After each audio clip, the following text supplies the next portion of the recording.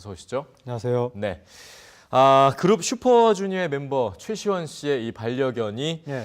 사람을 물어서 폐혈증으로 사망을 했다. 예. 이런 사건이 발생했다고 지금 나오고 있는데 예. 어떻게 된 겁니까? 이게 이제 9월 30일에 최시원 씨 어머니가 외출을 하려다가 뭘 집에 두고 나온 게 생각이 나가지고 다시 들어간 사이에 잠깐 문이 열려 있었는데 네. 그리로 개가 아마 튀어나온 것 같습니다. 예. 그래서 이웃에 50대 여성이 엘리베이터에서 내리는데 거기 이제 정강이를 개가 물었다는 거죠. 예. 그게 9월 30일인데 처음에는 괜찮은 줄 알았는데 어쨌든 그 물린 분은 바로 집으로 가서 소독하고 그날 당일에 병원에 가서 주사도 맞고 그 이후에 병원에 가서 별일 아니라고 해서 연고 바르고 그러고 있었는데 네. 6일째, 7일째 되는 날 갑자기 상황이 악화돼서 병원에 갔는데 병원에서 검사를 받는 와중에도 급격히 악화되더니 결국 폐혈증으로 네. 사망한 사건인데 네네. 이게 왜 갑자기 6일째쯤 됐을 때 그런 일이 벌어졌는지 그 사인이 명확하지는 않지만 네. 어쨌든 최초의 원인 제공은 그 개한테 물린 게 문제 아니냐라고 네네. 하면서 그 개가 프렌치 불독이라는 종류인데 이게 대표적인 그 반려견 중에 하나입니다. 귀여운 반려견. 그렇죠. 아파트 거실에서 기르고. 예. 그래서 우리가 보통 무서운 개라고 하면 큰 개, 뭐 사냥개 이런 걸 무섭다고 생각을 했었는데 예. 작은 개도 사람을 물었을 때 그냥 두면 큰일 날 수 있거나 물론 이 경우는 그냥 두지 않고 당일날 병원도 갔지만 어쨌든 그냥 두면 큰일 날 수 있다. 그런 경각심을 들게 하는 사건입니다. 예. 근데 이 사건으로 인해서 이제 견주 최시원 씨에게 굉장히 많은 비난이 쏟아졌거든요. 네. 왜 그런 거죠?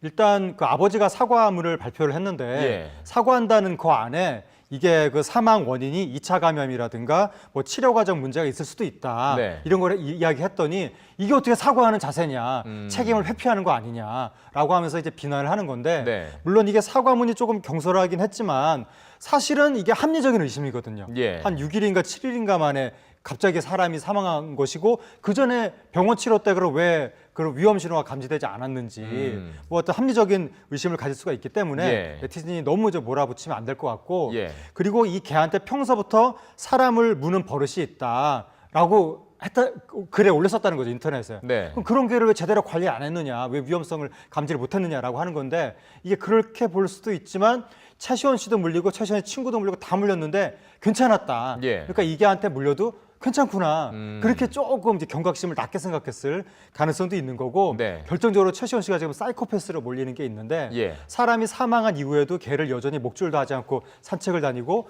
이 개한테 생일 파티를 열어줬다. 이거 사이코패스 아니냐 예. 비난을 하는 건데 이게 와전이 된 거죠. 정확하게 이야기하면 사망한 이후에 생일 파티하고 뭐 산책 다니고 그게 아니라 사망하기 전에 네. 큰일이 아니라고 생각했을 당시에 그쵸. 연고만 바르고 그렇게 위험성을 감지하지 못했을 때 그렇게 한 것이기 때문에 너무 이걸 가지고 또 네티즌이 비판은 할 수 있지만 예. 또 최시원 씨를 매장하는 듯이 비난하는 것은 문제가 있습니다. 좀 더 정확하게 알고 나서 얘기할 부분이 네. 있을 것 같은데요.